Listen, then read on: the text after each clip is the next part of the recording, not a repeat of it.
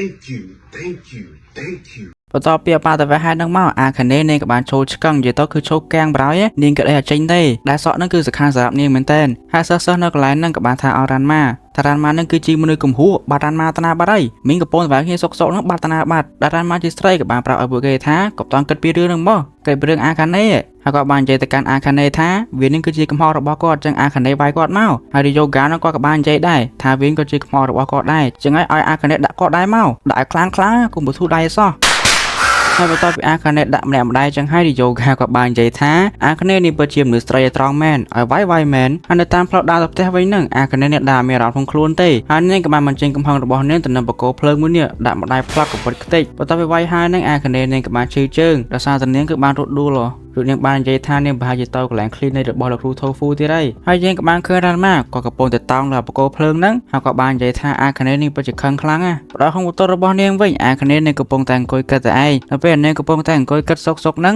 រ៉ាន់ម៉ាក៏បានមកគោះប្អូនរបស់នាងអាខានេនេះក៏បានទៅបោកប្អូនហ្នឹងហើយរ៉ាន់ម៉ាក៏បំរុងនឹងនិយាយសុំទោសទៅកាន់នាងទៅហើយប៉ុន្តែអាខានេនេះបាននិយាយកាត់គាត់ថាអីគេរ៉ាន់ម៉ាហ្នឹងគឺតែនាងកំពុងតែអង្គុយយំមែននាងមិនមែនជាមនុស្សស្រីទុនខ្សោយមកអង្គុយយំត្រឹមតែរឿងប៉ុណ្ណឹងទេរួចនាងបាននិយាយថាទុកឲ្យនាងនៅតែឯងបាននេះបានខឹងទេមើលតង្វើនេះអត់ខឹងបន្ទាប់ពីនោះមកអាខានេនាងក៏បានចោះទៅរកបងស្រីខាសមីរបស់នាងតែខាសមីគឺនាងកំពុងតែធ្វើម្ហូបទៅដល់នឹងភ្លាមបន្ទាប់ពីខាសមីនាងបានឃើញសក់របស់អាខានេហ្នឹងនាងមានភាពភ្ញាក់ផ្អើលយ៉ាងខ្លាំងហើយនាងបានសួរទៅកាន់អាខានេថាតើសក់របស់អាខានេហ្នឹងកើតអីរ៉ាន់ម៉ាដែលគាត់នៅកន្លែងហ្នឹងក៏កំរងនិយាយថាវាគឺជាកំហុសរបស់គាត់ទៅហើយប៉ុន្តែអាខានេនេះបាននិយាយកាត់គាត់ទៀតហើយដែលនាងបាននិយាយថានាងគ្រាន់តែចង់កាត់សក់ផ្លាស់ប្ដូរខ្លួនឯងតែប៉ុណ្្នឹងឯងហើយនាងចង់ឲ្យបងស្រីខាសមីនេះជួយកែបន្ថែមតិចមកដល់អញ្ចឹងហើយអាខានេនេះនៅតែបារម្ភទៅកាន់រ៉ាន់ម៉ាទៀតអាខានេនេះចាប់ផ្ដើមបង្ហាញមកផ្នែកទៀតនៃខ្លួនរបស់នាងមកឯណាប៉ុន្តែរ៉ាន់ម៉ាក៏មើលអត់តន់ដឹងទេនៅលើដំបូលផ្ទះរ៉ាន់ម៉ាក៏អង្គុយគិតទៅនឹងពាក្យសម្ដីរបស់អាខានេហើយគាត់ក៏សម្រេចចិត្តថាគាត់នឹងទៅសុំទោសនាងរ៉ាន់ម៉ាក៏បានរត់ទៅតាមអាខានេដែលអាខានេគឺនាងកំពុងធ្វើដំណើរទៅកាន់ clinic របស់លោកគ្រូ Tofu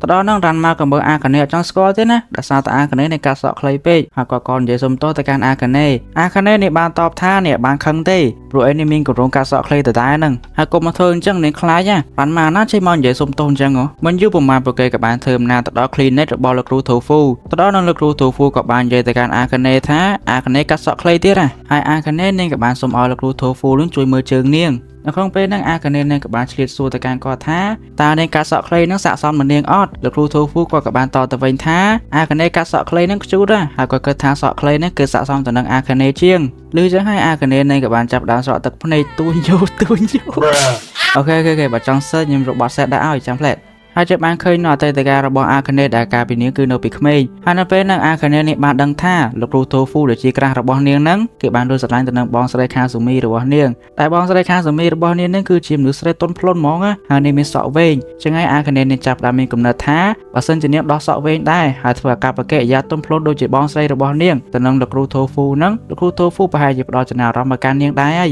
យតែការធ្វើអញ្ចឹងគឺអត់ត្រឹមត្រូវទេអ្នកនរគ្នាការស្រឡាញ់គឺមិនអាចបង្ខំបានទេវាជាការយកចិត្តរវាងបុគ្គលម្នាក់និងបុគ្គលម្នាក់ទៀតស្រឡាញ់គេគឺជាគេស្រឡាញ់យើងគឺជាយើងបើគេអត់ស្រឡាញ់យើងទេមិនបាច់ទៅខំផ្លាស់ប្ដូរខ្លួនឯងដើម្បីយកចំណារអារម្មណ៍គេទេគេស្រឡាញ់ក៏ស្រឡាញ់ទៅគេអត់ក៏អត់ទៅស្រឡាញ់យើងគឺជាខ្លួនយើងវិញហើយចុយអត់លើសោះនិយាយលុយមែនចូលទូប៉ុណ្ណឹងបានហើយរួចប្រូនោះក៏ធ្វើស្អីក៏នៅតាមផ្លូវត្រឡប់មកវិញរ៉ាន់ម៉ាក៏បាននិយាយទៅកាន់អាខានេថាលោកគ្រូ Tofu បានទៅសារថានាងខ្ជូតចឹងមានន័យថាអាខានេនេះមានឱកាសហើយប៉ុន្តែអាខានេនេះបាននិយាយបដិសេធទៅកាន់រ៉ាន់ម៉ាវិញថានាងលេងខ្វល់ហើយចំពោះរឿងហ្នឹងដោយសារតែលោកគ្រូ Tofu នឹងគឺគាត់ស្រឡាញ់ទៅនឹងបងស្រីខាស៊ូមីរបស់នាងចឹងហើយនាងមិនអាចទៅពាក់ព័ន្ធបានទេចឹងមានន័យថាអាខានេនេះកាត់ចិត្តបានហើយកាត់សក់កាត់ចិត្តចាប់ផ្ដើមសារជាថ្មីជាមួយខ្ញុំវិញមកហើយរ៉ាន់ម៉ាក៏បាននិយាយទៅកាន់អាខានេទៀតថាគាត់អត់ប្រាប់អាខានេទេថាសក់ខ្លីហ្នឹងគឺស្អាតចំពោះអាខានេឬចឹងហើយអាខានេនេះក៏បានឆ្ងល់រួចនឹងបានសួរទៅកាន់រ៉ាន់ម៉ាថារ៉ាន់ម៉ាថ្ងៃហ្នឹងឈឺមែនមកនិយាយអីចម្លែកចឹងនេះអត់ត្រូវការយកចិត្តពីរ៉ាន់ម៉ាទេរ៉ាន់ម៉ាក៏បាននិយាយថាឲ្យអាខានេវិញថាអាខានេនឹងអត់គួរស្រឡាញ់សោះគាត់ខំតែសារមកធ្វើខ្លួនឯងឯណាមីនឹងគាត់ចង់និយាយថាគាត់ចូលចិត្តអាខានេជាមួយនឹងសក់ខ្លីជាងស្ដាប់លឿនចឹងក៏បានធ្វើឲ្យអាខានេនេះមានភាពភ្ញាក់ផ្អើលដែរព្រោះនាងនេះក៏បានងាកទៅមើលរ៉ាន់ម៉ាដល់នាងបានឃើញថារ៉ាន់ម៉ាហ្នឹងគឺគាត់កំពុងតែអៀនហើយព្យាយាមនិយាយបដិសេធថាការចូលចិត្តរបស់គាត់ហ្នឹងគឺវាមានន័យអីទេចឹងហើយកុំឲ្យអាខានេនេះនឹងគិតខុសអីស្ដាប់លឿននៅពាក្យសម្ដីរបស់រ៉ាន់ម៉ាអញ្ចឹងបានធ្វើឲ្យអាខានេនេះមានការសប្បាយចិត្តមែនតើランマありがとう嬉しいហើយនៅពេលដែលរ៉ាន់ម៉ាក៏កំពុងតែឆ្លក់មើលទៅកាន់អាកាណេហ្នឹងអាកាណេខ្លួននាងក៏បានប្រើប្រាស់ឱកាសហ្នឹងចុចឲ្យរ៉ាន់ម៉ាធ្លាក់ចូលក្នុងទឹកសងសឹកគាត់វិញហើយកាត់ឲ្យមើលប្រូរីយ៉ូហ្គានេះវិញគឺគាត់អត់តន់ចប់ទេគាត់បាននិយាយទៅកាន់រ៉ាន់ម៉ាថាឲ្យរ៉ាន់ម៉ាចាំគាត់សិនទៅទីទៀតគាត់នឹងទៅជម្រះបជាជាមួយរ៉ាន់ម៉ាតែម្ដងហើយឥឡូវនឹងកំពុងតែនៅណានេះក្រោយមកយកដឹងថាកន្លងផុតប្រមាណថ្ងៃទេរីយ៉ូហ្គាក៏បានរកកន្លែងរ៉ាន់ម៉ាឃើញហើយដោយសារតារ៉ាន់ម៉ាគាត់កំពុងតែដេកហ្នឹងយូហ្គាគាត់បានប្រើការហ្នឹងមាត់ទៅកាត់រ៉ាន់ម៉ាផ្លាប់ខុសដាក់ណៃទៀតផ្លាប់ខុសទៀតហើយដោយសារតែដៅចុះពូកជាប់ខ្នើយអស់ហ្នឹងយូហ្គាគាត់បានស្រែកទៅកាន់រ៉ាន់ម៉ារ៉ាន់ម៉ានឹងភ្ញាក់មកវាយគ្ន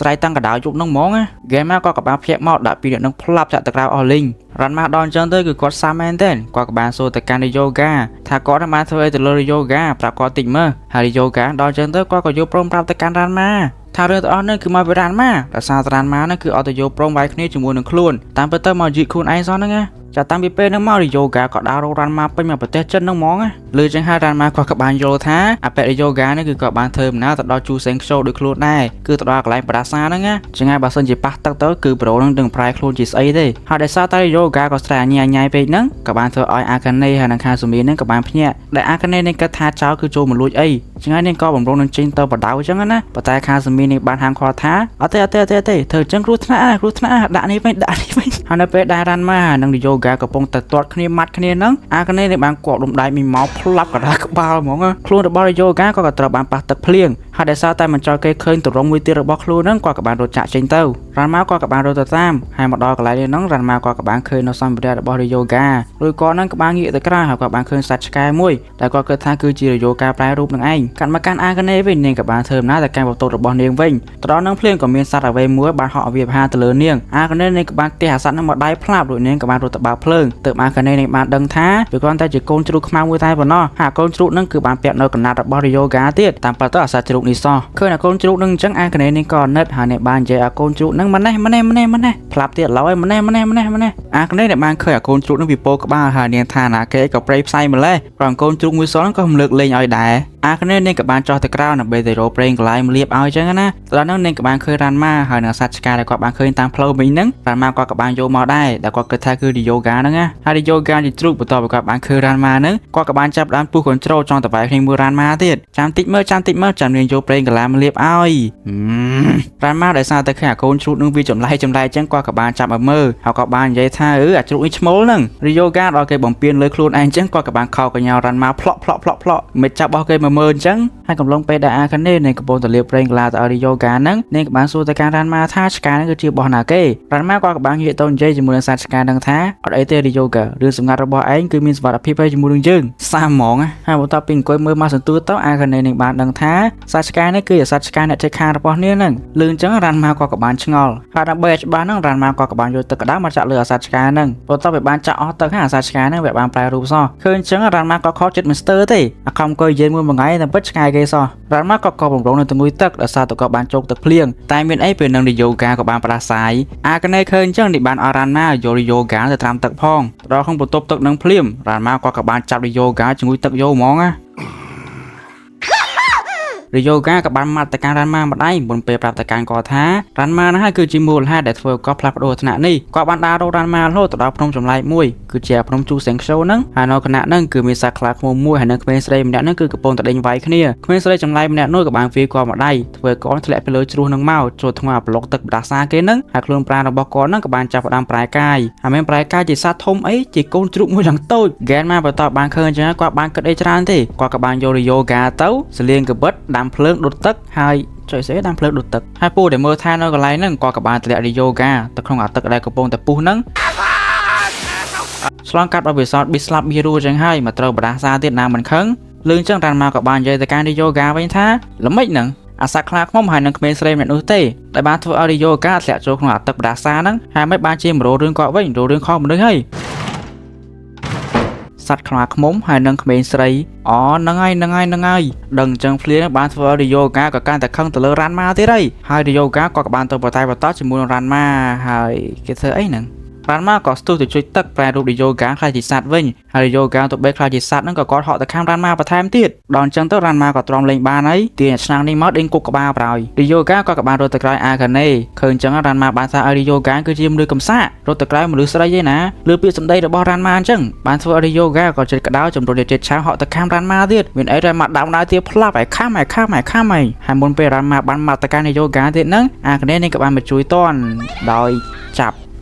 ចាប់អីណាអាខាណេនេះក៏បានទៅចាប់រីយ៉ូហ្គាមកដែលរានម៉ាដាក់ឡើងយងហ្មងហើយដោយសារតែឃើញគូអរអាណិតពេកហ្នឹងអាខាណេនេះក៏បានផ្ដោស្នាមថាបទៅឲ្យមួយឃើញអញ្ចឹងរានម៉ាក៏ព្យាយាមប្រាប់ដែរថាវាគឺជារីយ៉ូហ្គាប៉ុន្តែក៏សម្រេចចិត្តថាឲ្យប្រាប់វិញទៅអាខាណេនេះក៏បានយករីយ៉ូហ្គាជាជ្រូកនោះទៅដេកក្នុងបន្ទប់របស់នាងរានម៉ាក៏បានចូលតាមប្រួយមកជាមួយទឹកក្តាមរបស់កំសៀវដោយគាត់នឹងគឺចង់ប្រែរូបរីយ៉ូហ្គាវិញប៉ុន្តែនៅពេលដែលគាត់ក៏ឆក់យករីយ៉ូហ្គាមកហ្នឹងរីយ៉ូហ្គាក៏បានខាំដៃរានម៉ាហើយរីយ៉ូហ្គាក៏ព្យាយាមរត់ណាពេញបន្ទប់នោះឡើងញ៉ៃញ៉ៃហ្មងពេលដែលរានម៉ាក៏កំពុងតែតាមចាប់រីយ៉ូហ្គាហ្នឹងគាត់ក៏បានដួលទៅលើអាខាណេហើយដេករាល់ដងហ្នឹងហើយអេពីសូតទី5យើងក៏បានមកចប់ត្រឹមហ្នឹងហើយយើងក៏សូមធ្វើការថ្លែងអំណរគុណទៅការសមាមិត្តយើង2នាក់ដែលគាត់បានជួយបរិច្ចាគបាយស្រូបមកការខ្ញុំអរគុណទៅកាន់ពួកគាត់ទាំង2នាក់មែនតើហើយយើងនឹងជួបគ្នានៅវីដេអូក្រោយកុំភ្លេចសាប់